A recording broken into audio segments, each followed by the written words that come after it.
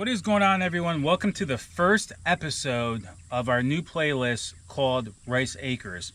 This is our first true video for rjmadventures as well. And if you missed the other video I put out there that I'm officially quitting RJM Fishtails, basically that video said that this channel is going to become a multi-genre channel. I purchased property and I want to be able to help people out there showing how the build is going to be done on this property. I've been in construction for 30 years as an electrician, I guess I could say. I started in the field doing residential, then went to commercial electric. Now I'm in the office as electrical project manager, but I still can physically do the work. I just learned my lesson that, my plan was as I got older to basically turn into an office person, because I don't want to beat my body up and be that electrician out there doing 4-inch conduit, 5-inch conduit, pulling big wires when I'm 60 years old, because I beat up my body so bad already from doing this that I just worked my way up the chain and became an electrical project manager, and I chose to do that. Trust me, there's days I miss being out in the field big time, but when it's 110 degree heat index and I'm sitting in air conditioning, those days I really don't miss. But anyway, so if you missed that previous video, I'm not quitting the fishing on this channel. I'm just doing a multi-genre channel now called rjmadventures. And I am making a separate playlist, basically a documentary of me building on this property that you see behind me. On this episode, we're going to walk the property. I'm going to show you how I'm going to lay out my house and everything on this property. And on the next episode is going to be me starting to mow this property down, because I'm also going to be purchasing a tractor. I weighed the options, just to rent the equipment or to long time purchase and finance a new tractor. Renting equipment, especially with my connections, would be the more economical choice, but long term I'm gonna need a tractor to mow this all the time. I could get a zero turn, but I'm gonna need a tractor to build my driveway, maintain my driveway, because I'm gonna do stone. I like that look anyway. It's cheaper and it's also easy to maintain. Concrete cracks, asphalt, you have to repave at one point. Yes, asphalt lasts for a long time, but stone is the most economical way to do your driveway, especially the way I have it laid out at 200 feet of driveway, plus an area in front of the garage that's on the house and an area in front of the metal building that I'm gonna be doing. So I really have probably about 350 feet of driveway, and also a width between 20 to 50 feet. So I got a lot of stone, a lot of driveway. So stone will be the most economical for us to do and maintain. So I think a tractor with all the implements is the better option for me. And hey, listen, maybe in 5 years, when I'm pretty much done with everything in the land maintenance and everything, and I maybe just need a zero turn, then maybe I sell that tractor and just get a zero turn and have some hand equipment like augers and stuff like that. But for right now, I'm going to be buying a tractor and financing it. So any way I could do it, because we are investing everything into this property. We're going to cover the cost along the way of how much it's costing us to build. Now, obviously the land is going to be dependent on where you live. Construction, for the most part, generally it's going to be relatively close to where everybody lives. Some area may be a lot more for material, a lot more for labor. Really, the labor is what alternates and changes in different regions. Property prices, once again, what I pay for this, I could have bought probably 100 acres instead of 2.35 that I have here. But it's based on location. It's going to be based on the school district, being a good school district, keeping my son in the same schools. So that's a big part of it. If I probably went 10 more miles down the road, what I paid for this, I could have probably bought 10 acres. It's all going to be dependent. So we're going to cover the cost on this. Only thing I'm not going to cover is the cost of the tractor that I'm buying, because that's not really part of the construction. I would say, I could tell you right now, if you didn't have a connection and you had to rent the equipment to do what I'm going to be doing, I could tell you it'd probably cost you about maybe $20,000 in equipment rentals. Piece of equipment I'm buying is about double that, but I'm also getting a trailer too. So I might as well tell you, the tractor that I'm getting, I'm financing, is about $45,000. So I would have saved $25,000 to do what I'm doing here with rental equipment, and don't have to worry about maintenance. But all the zero turn mowers I'm looking at that I would want to personally purchase to have like at least a decent commercial grade, I'm looking at about $15,000. I could get a little bit of a residential mower, but this stuff is field grass right now. Around the house, I'm going to have sod. overall, I can get away with a cheaper zero turn. I can get away with rental equipment and save the money and not have to worry about it. But to me, having a 20-foot, which I'm going to be getting an equipment trailer, will help me pick up things, heavy things. I'm going to get a 10K rated trailer, so that's about, I think the trailer I'm getting has about 7,600 pound payload, so I'll be able to pick up 7K mini X's. I'll be able to pick up skid steers. As long as I don't go over that 7,600 pound of payload, I can use that trailer to pick up equipment too that I'm renting at a reasonable price. Like I said, maybe in 5 years I get rid of the trailer, have it paid off. I'm sorry, get rid of the tractor, have it paid off, and maybe I just, you know, take that money that I get back for the tractor and just buy a zero turn. I may not need to have the tractor to begin with, but the reason why I'm also doing a tractor to start and purchase, because the property on a zero turn, you're gonna get a lot of bumping. You're gonna be jostled around, especially with a zero turn when you're flying along. You'd have to go slow. The tractor has, you know, articulating axles, so it's going to be a bit of a more comfortable ride and not get beat up as much. Starting with the tractor with what I got to do here, so we'll see what happens down the line. But yes, it would probably cost you about $25,000 and equipment rentals and buying a zero turn. So I could save myself more of that money if I just rented equipment. But I think a tractor long term with land management is the ideal situation right now. And then my son is going to be able to do all this stuff, so I'll teach him how to use it, and that tractor will be his, because I plan on leaving this property and this house to my son. So, you know, he could have the tractor. That tractor, if you maintain it and take care of it, you could have a 30-year-old tractor, you know, and those things are cool when you see the old vintage tractors. That's how we're going to go. The property itself is 2.35 acres, and we paid $150,000 for it. If you look at the property and the tractor, but I'm going to kind of keep the tractor out of the total cost of this project. But right now I have $200K basically invested into this property. That's a lot of money. Our house itself, we are going to try to keep to a $400K build. So that puts me at a total of $600K. And then the metal building is going to be anywhere from 25 to 30 with the concrete. You're looking at about 625, 630,000 with the tractor, and then some other landscaping and stuff. So if I take the tractor out of it, I'm still going to probably be totally invested into this property, into the house build, around 600. I will keep track of what everything costs us. I told you what the tractor cost us, is going to cost us. And I could also, like I said, get rid of that sooner and maybe take some of that cost off and get rid of that financing of that, and maybe buy a piece of equipment, just rent some equipment. But for now, I want the tractor. I want something that's mine, that I don't have to worry about, hey, I have to get this done now, and we have a week of rain and I have it on rent. You know, then I got to send the equipment back, then I have to bring it back out, pay for the shipping. So I just figured that a tractor would be the best scenario, because I am capable of doing what I'm doing. I will show you the tractor in the next few videos, what tractor I got. I went a little bit bigger than my last tractor. I used to have a Massey Ferguson 1710 back in the day, subcompact. I'm getting a Massey Ferguson leftover model, because the new models are a different name, but it's a 1840E. So it's the economical economy one, they call it, instead of having like the M, which has like armrests on the seat. Who cares about that? Maybe some rubber matting on the floor. I'm gonna get the economical version of it, and I'm gonna also get a standard mechanical drive transmission. You know, it's got a clutch and it's got gears and it's got low, medium, and high gear. Then they also got 4 speeds, so it's like an 8x8 synchro shift, shuttle shift. So it's really like an old school tractor transmission. And the reason I'm doing that instead of doing a hydrostat one is because I want all the PTO power I can possibly get at the back. Because when you have a hydrostatic tractor, and I know I'm covering it a lot at the beginning of this first video, but I'm kind of giving you a brief rundown, and you know, hopefully it piques your interest to watch this whole documentary of what's going to be on this actual playlist. But if you get a hydrostatic transmission tractor, you're going to lose some PTO horsepower. So I want as much as I can. I want as much horsepower I can afford to be able to drag the box blade as I start carrying out some weight and everything. But that's it. We'll get off the tractor for now, but I'm going to show you the property, how I'm going to have it laid out as of now. It may switch a little bit, etc. It may position a little bit, but for the most part, it's got to stay. The septic has to stay where it is, because the seller of this property did a perk test and already did the permitting for the septic that we have to put in out here. So they were nice enough to keep the septic, and I'll show you here on the drawings that I did, to scale. kept the septic off to the side of the property. This way you have pretty much the whole property, well, having the septic like right in the middle. So at least they were conscious about that. But let me show you the property here.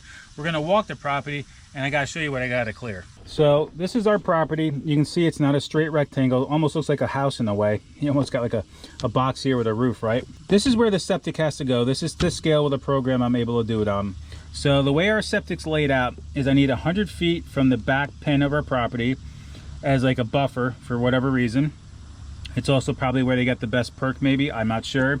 We have to stay 5 foot off the property line. So overall our leach field and our tank and for room for expansion is 45 feet wide. So I got about 50 foot 3/4. It's kind of hard to do it with the mouse I have. So about 50 feet off the property line. So it's 5 foot offset and 45 foot wide by 100 feet long of baffles for the leach field is this whole layout of the septic here, and the tank will be right up here. As of right now, I want to keep the house set as far back as possible off the actual, I guess you could say, road that we have coming up to our actual, where our driveway is going to be sitting. So I pushed the house back. I have to be within 5 feet of the septic just for drainage purposes and getting the right pitch and not being too far away, which is fine because I'm going to show you here the property I have here. I got to clear quite a bit to set this up this way. So I kept the house pretty much on a slight angle, kind of coming in with our driveway here, you know, and I don't want it too much of an angle because it look kind of weird. I'll be almost like looking towards this way. I want to, for the most part, set this so it's looking at the driveway coming up to our house. I made this shift it just a little bit more like this. Here I'll have a 190 foot driveway up to the corner of the house. The house itself right now is sitting about 132 feet back off the property line to the left front corner, and then to the back will be 167. Like I said, I may shift this just a little bit more parallel, but still have the driveway come up all stone because this is 190 feet and I'm not doing concrete because it cracks, and I'm not doing asphalt because it gets super hot anyway. At least a stone driveway is economical and easy for me to maintain, especially with a tractor and a box blade. Also, I'm going to do all stone here so there's enough room. So this is about 20 feet wide here. I'm going to make this probably about 40 or 50 feet wide. This way my wife, because the driveway door for the house itself will be in the back corner, so she can pull up, kind of do like a wide turn, you know, kind of just flare out a little bit and then pull into the house, into the garage, sorry. Or she could come up, pull forward, and, you know, literally just do like almost like a K-turn back into the garage if she wants. So I need to leave her enough room here to turn around. Then I'm going to extend that down to where I'm going to have a 30 by 40. Right now I have it set as a 30 by 50, but I'm going to do a 30 by 40 just because I got to do this under budget. You know, we got to keep within the same area that we want to spend. I'm going to probably do a 30 by 40 to keep the cost down, just because that 10 extra feet is not much for the metal building, but for the concrete it is. Overall, this is the layout of the property. I'm going to walk you around the property. I'm going to show you all these pin markers, which I found from the survey, and I painted them so I could find them and show you exactly what I mean by what I have to clear here for property. And I'm going to be bringing in an excavator to do this work because I'm not going to beat up my little tractor that I'm getting, even though it's not a small tractor, but it's not a big tractor, you know, with a loader on it. But I'm going to bring in an excavator, or I may even bring in a skid steer with a, you know, a barrel mulcher. If you look that up, you can see it's basically on the front of the skid steer, could literally drive into these trees, eat into it, and then there's like a little, I guess you could say not a hook, but there's like a little bar on the top of that barrel mulcher that I could kind of just push that forward as I'm eating into the tree and literally just like eat through the tree, but push it over at the same time so it doesn't come back on the actual skid steer. The trees I have here that I got to clear are not super big, so that would probably work, but my concern is how the property is over there right now. I don't know where it's kind of lumpy over there, if the skid steer with the barrel mulcher is the way to go. I may have to start with an excavator and do a lot of the heavy grading and land prep, then maybe I can come back and take the trees down with that barrel mulcher on the front of the skid steer and just literally mulch up the trees as I take them down, instead of like grabbing with the excavator and carrying them to the back. So I'm up in the air yet. I'm definitely going to bring an excavator out here. I'm going to have my tractor out here to get this all mowed down. You know, I got a lot of this laid out here already.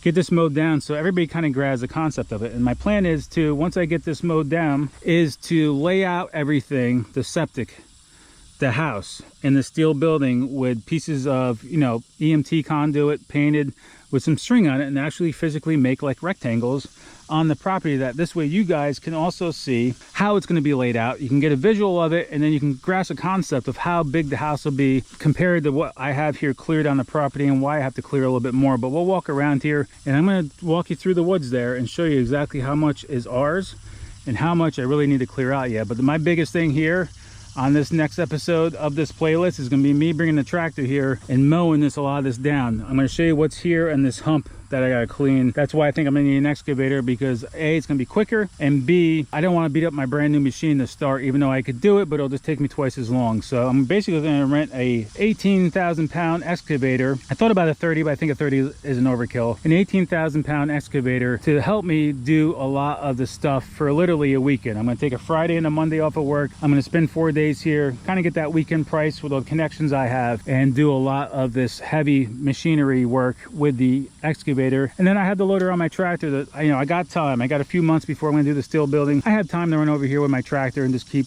grading, cleaning with the bucket of the tractor. So I think that's why it was worth it for me to also purchase a tractor at this time. But let me walk you around here. Let me grab the paper so you can see where the pins are in relation to the paper. I'm probably going to put a buff on because it rained and the mosquitoes and bugs are insane right now and they're trying to get inside my ears. So I'm probably going to wear a buff as I go through the woods because it's moist out this morning, and moist grass and long grass brings a lot of those gnats and bugs. So let me get my buff on and we'll go for a walk. So basically how we're going to do this is that we are purchasing the land right now. We'll be closing on it here shortly. Then we're going to put our house up for sale. That money that we get from our house is what's going to pay to build and purchase this land overall at the end of everything's all said and done. I can work on getting the steel building here first is my plan. Get power to it, and it's a place for us to store some things, from the house when we do the move.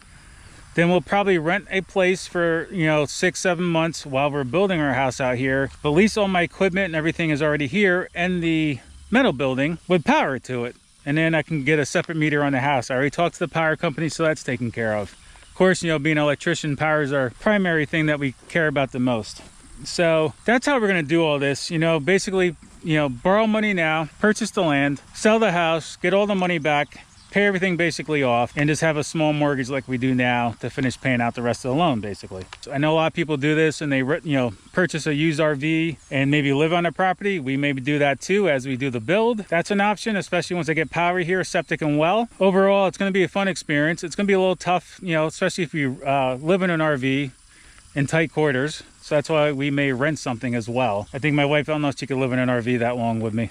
She'll probably kill me and bury me here with the tractor. So this is the front property stake, and where that fence is over there is the other property stake. And there's one right here in the middle. It's really a cutout right here. So from the front corner of that fence little thing that the seller put up to this stake here, to this stake here, is really like that half moon shape you see on the drawings. So that's really technically part of like an easement for utilities and stuff, but I don't know if I'll cut this out and do driveway and match this line. I may just leave it as is and literally take the driveway from, like, I guess you could say, the so-called road right through here, pretty much in the middle of my property line. So probably about right over here is where my driveway, about 20 feet wide, a one lane right here, will cut up and head up towards where the house will sit, because the house will be sitting about right over here. That's kind of how the front of the property looks, but I'm going to take you along the back property line. And I hope this videos and this whole documentary playlist that I'm going to be doing on RJM Adventures now is going to help some of you out there, especially if you don't know. But just do a lot of research when you're buying raw property to make sure that you want to make sure there's no liens on these property. Check for mineral rights.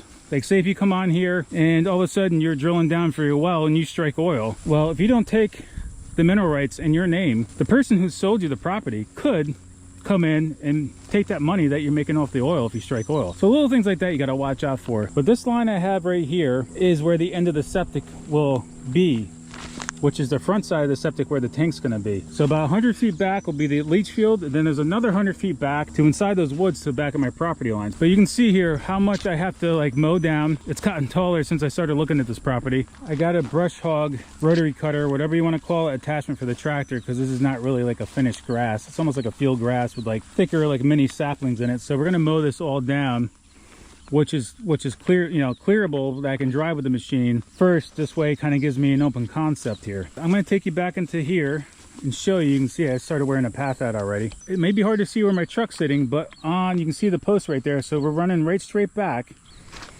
and straight back through here, which the trees marked from the surveyor. And I also found all the rebar pens. You can see right there, they got rebar pens marked out and those black dots, and it'll tell you the physical size of the rebar on your survey. I just have a lot of it removed on this drawing so there's less clutter. But I think I have a couple 5/8 and a couple 1/2 inch, and I got some 1 inch rebar marking all these property line corners. So I dug down a little bit, and there you can see there's a piece of 5/8 rebar. So my property comes all the way back through here, all the way up to my truck. So I have all this here yet that's kind of like, well, not kind of, that's going to be my property that I need to clear back. Not all of it, but I want to get rid of a lot of this brush, and that's why I think that the excavator will be the best thing to start with. I can come back with a skid steer later with the rotary or the drum mulcher and literally just cut through these trees and mulch it all up. So that's why I may do that after I do all the excavator work. Now the tractor I'm buying with the loader could do this work too. It would just be beating up on that machine pretty heavily. It could do it, but you know, it's also going to take me a lot longer to do that. And there's some cut down trees here already in the past that I have, you know, big stumps sticking up. So I'm just gonna literally dig those stumps out with the excavator. But these trees are not that big. I got a dead one here that needs to come down. I think this one here and these couple here are probably gonna stay, but I wanna clean that stuff around it and literally just push all this brush and debris to the backside of my property. Now my property from this stake over here, which is behind this tree there with a ribbon on it, as you can see, it goes 180 feet back on an angle. So I'm gonna take you through the woods here. I'm going to cover my mouth up a little bit because when I was walking back here the other day, I think there's also an underground beehive way at this back of this property, because I went by and there was a bunch of swarming around, and I could guarantee, because I didn't see anything hanging in a tree, but I guarantee there's an underground beehive and it's coming up here. So hopefully with this rain right now and me walking through here early in the morning, that they won't be out here. But you may be able to see there, I got a ribbon on the tree up there and I got some paint. This is back on an angle. So all of this way through here is all of my property. I got a lot to clear out. I'm not going to clear it all, but I need to push it back, and I'm going to show you why as we go around the property here. But I just want to, guys, get you an idea of how big this property is from what you don't see from where my truck is.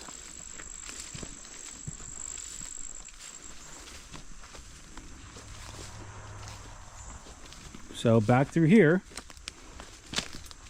is the other rebar that I found, dug up, and spray painted. So I got a little 5/8 rebar there as well.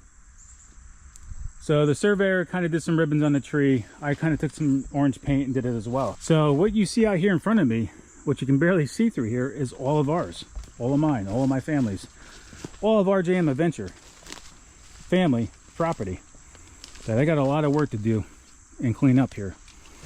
So now, trying to do this one-handed here. That was that back. Let me sit you down here. See, we need to pay a camera guy.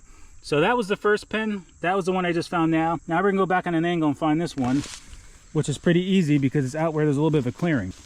So another thing I recommend, dress appropriately for this type of work. I have long pants on, long shirts, boots.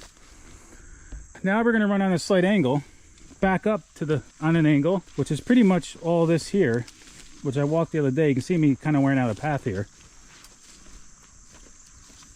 So all of this here is mine. You'll be able to see those trees from the front, but all this back here is mine. So it's not super unlevel. It's a little bumpy and clumpy of stuff, and I kind of want to clean this up. But I may even, once I clear out a path, which I think I'm going to leave a path right through here where I can get back here later on, like with my tractor, and do a dumping ground where I can keep stuff. I can kind of hit this all with a brush mower as well. And you can start seeing ahead to the right is some more ribbons on a tree. So this survey wasn't done too long ago. So on a good note, it was easy to find everything, but I did have to dig up the rebars.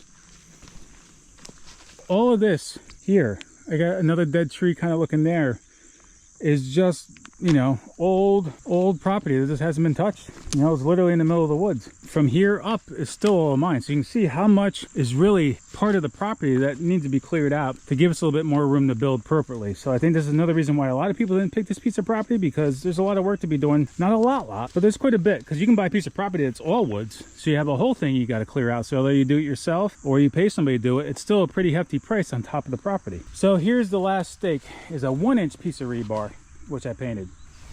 And this is going to take us straight up through here to the front corner.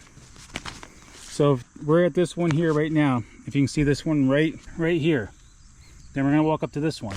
So what somebody who previously owned this property did is that they took down and basically cut down all the pines and sold them. So they had kind of like a track pad here. And so my property runs from the back here, basically along this grass line. It's almost an easy way to tell, all the way up. So I have all this back in here that's ours that I want to take advantage of, because I want to keep the house as far back as possible off the so-called street. And you know, still it's going to leave me with a lot of grass to cut, but it's also going to leave me with a lot of property to do things on. Maybe do a couple little dirt tracks for my son to jump some bikes on, or little dirt bikes or something. These people own the property next to this, and what they did is they took down basically all the pine trees and sold them. Unfortunately, with my property being at the back, they kind of use my property as a track pad. And I'm going to show you a pile I have left over from that I'm going to have to get rid of. So I'm probably going to, instead of burn it, I may do a burn pile, because they did a little bit of a burn pile, but I may just pick it up with a thumb and just drop it right at the edge of the property line and let this area here grow back up, and you won't see it. And they cleared out all this property, pretty much of all the pine trees that were worth selling. So here's my last stake here, which is this black dot here that runs up, is that piece of rebar right there. So now I have all of this to mow down, but you can see all the pieces of like little pieces of wood and debris that's left here from them basically dragging the pines out, loading it on a truck and driving off. But all the scrap stuff, they kind of piled up over here, and there is some charred marks in the middle. There's basically a pile of debris here that they tried burning down a little bit. I'll probably open this up with the excavator. I'm sure there's going to be all sorts of snakes. I found some foxholes over here that's going to come out of here. So we'll do it inside the cab of an excavator. And I'll probably either pile this wood up again, maybe make a pile here, while I have the excavator that I could extinguish with dirt, and either burn it, or I'm just going to pick it up. And like I said, I'm going to push it back in here. I think a lot of this I can get with the mower. It's just built up a little higher because I think it just grew kind of faster in between all this. Obviously, I can't run through all this with the rotary cutter. I can leave the bucket down, but I don't know if my tractor will push all this gigantic pile out of the way. So I'm probably gonna have to do this all with an excavator through here, clean up this area. But everything else, I'm gonna run my rotary cutter around and get it cleaned right up to the edge of the debris pile here and see what I literally got here. You know, it's not a lot, but at the same time, it's still enough to burn probably for a couple days. But I can take that rotary cutter all the way up to this, you know what I'm saying? But I did do a mark the other day. So now I have all this here that's kind of like in my way a little bit, not necessarily up here, but I think pretty much from this big tree here that got struck by lightning, looks like a few times, or maybe once, because all the bark is like peeled off it. I'll probably take this one down from my property line, which is basically straight over where the septic will be. I scaled over 222 feet to where the edge of the building will be sitting. As of right now, I'm 150 feet right here. So another 70 feet-ish back, which would probably be up to about where that tree is right there, I need to clear out and have room to have my metal building sit. It doesn't look like that's that far on the diagram, but I'm really at the back of my property line. And my truck, you can barely just see the ladder rack and the Yakima box sitting from there. So my metal building's gonna be sitting back in here. This tree here, which I could probably take down with the Mini X, or not a Mini X, an excavator, dig around it and push it over. Or once again, I'll have the tree guy just maybe knock this down safely, and then I can just cut it up in chunks and draw it back there. But there's a little bit of a hump here, so I wanted to take the excavator and push it back. I can take the blade of the excavator, push all this back, clear this out, and just make a berm like on my property line. And over time, you know, within probably half a year, you're gonna get all this vegetation growing up again. So it's gonna kind of hide it anyway and make it still look like it's a clean piece of property. But I gotta clear all this out here. I almost want to make pretty much like a squared or a rectangle clean area of property here, so to have a nice area to mow. We know we can distinguish where we're gonna have our clean property line to where basically my dumping grounds will be. So I have a lot to clean up, a lot to clear out, and it's gonna take me some time to do that. But I got a few months before I build my metal building. So I'm gonna do the bulk of the work with an excavator. Then I'm gonna use my tractor, cut this stuff down. But this is still a nice, fairly level piece of property. It slightly pitches from the property line down here, so that's good. So that means all that rain, all the rainwater will just pitch down, and I'll try to keep maintaining that pitch away from the house, away from the metal building. So if we get heavy rain, it's all just going to kind of drain naturally away from the house and away from everything else. And I'll make my house level. I'll probably take my house about a foot off the ground, so it's a little bit elevated. Same thing in my steel building. I may just elevate it just a little bit. I got enough dirt here that I could push and use that same dirt that's on the property to do that with. I'm going to try to do as much land prep and building pad and house pad prep myself for the builder. So with my septic here, my house here, driveway, building, I'll probably put my well drilled in over here. We have been getting some pricing on all this stuff. Gotten pricing on the septic, got pricing on the well, getting pricing on somebody to build us a house. And what my plan is let them basically build a house, finish it, but then I'm going to dress it up later on. And I will include all this in this whole playlist on this new channel branding of RJM Adventures. Like I said, everything's going to be documented. I'm going to document the septic going in. I'm going to document the well going in as much as I possibly can while I'm here on site. And it's just going to be in the mix of all my other stuff. So there'll still be fishing videos. There's still going to be kayak reviews. There's still going to be all that on this channel. This is just going to be a separate playlist in between. I just want to be able to help people do this. And a lot of people that are just normal homeowners do this and let somebody else do it, and there's a markup on everything. With me doing a lot of the land prep and a lot of the land clearing, if you take in consideration rentals, buying a tractor, me buying that tractor is really going to offset the total cost, because if I had to pay somebody to come in and do land clearing for what I need to be done here, you know, I'm probably going to pay $10,000-15,000 for that contractor to do the work. I still have to buy a piece of equipment to eventually keep up on mowing the lawn, which, like I said, I'm going to use a rotary cutter for now. Later on, when this grass gets established, I'll probably get a finish mower attachment for the back of the tractor. So I think personally, purchasing the tractor was probably the best move. Now, many of you out there can just pay a contractor to do everything. Land clearing, build the house, you move in, and all you gotta do is worry about cutting the grass later on. But that's not what I'm about. I like being involved with my own stuff. This is that American dream. Me and my wife talked about building our own house from the ground up, which we kind of done with our first house way before YouTube. But it wasn't like this. I was on a piece of a 50 by 120 foot lot, you know, in New Jersey. Bought a house, knocked it down, and rebuilt it. So if I had YouTube back then, I would have documented that. I think this is just going to add a good genre to the channel, and you get to learn a little bit more about me than just fishing. I do more than just fishing. I'm capable of doing a lot of things, but at the same time, help you guys out there understand how this whole process works. Now, I would have GC'd this whole job. Me and my wife would have GC'd this whole project, this whole job ourselves. But based on where I am now, I don't have connections like I did in New Jersey. New Jersey, I could have found a mason, plumber. Obviously, I do the electric myself. HVAC guy, builder, roofer, the whole shebang, and have good connections and get good pricing. But being down here in South Carolina and just coming down and doing straight commercial work, I really don't have any residential connections. There's a lot of builders down here. They're reasonably priced. You know, could I do this job at about probably $150,000, $100,000 less without paying that markup and everything else? I don't think they're marking up the build that much, but still, I could save probably about $100K total if I did this whole thing myself, as far as a GC, you know, as us GCing it.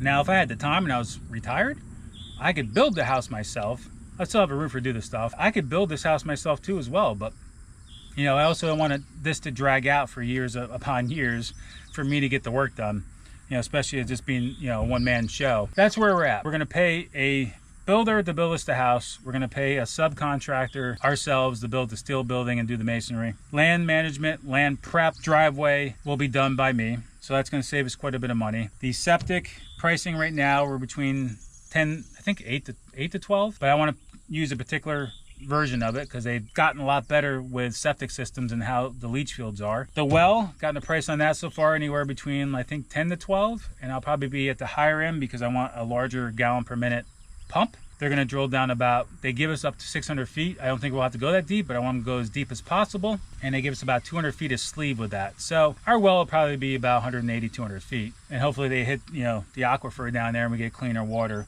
Then eventually I'll probably put a filtration system on the water as well. I will cook with it, I will clean with it, I will shower with it, but I still probably won't drink it. I will still probably just drink, you know, bottled water, filtered bottled water or whatever. So I hope you guys are going to enjoy this journey with us. I hope you guys are going to learn something from this, and if not, I hope it entertains all my subscribers out there who watch me for fishing, just to see a different side of me, watching some different content. I think you guys are going to enjoy it because most men and women who are fishermen or fisherwomen are also outdoorsy people that hunt, go through the woods. They're used to being in the woods, dealing with bugs. So I still think the same subscribers and followers will still, and if anything, enjoy watching the process. Maybe don't need to learn anything from it, but at least enjoy the process of me while I'm doing this. I just wanted to capture in this first episode the property that I'm dealing with, walk you guys around it, explain a little bit of some of the numbers and the process to begin with. So this is me called Rice Acres, and that's going to be the name of the playlist, and I hope you guys enjoy this. So as always, be safe on the water. I'll catch you guys on the water, or I will see you at Rice Acres. See you guys soon, and I can't wait to do episode 2 with you guys as I start clearing some of this and mowing this down. So I'll see you guys later.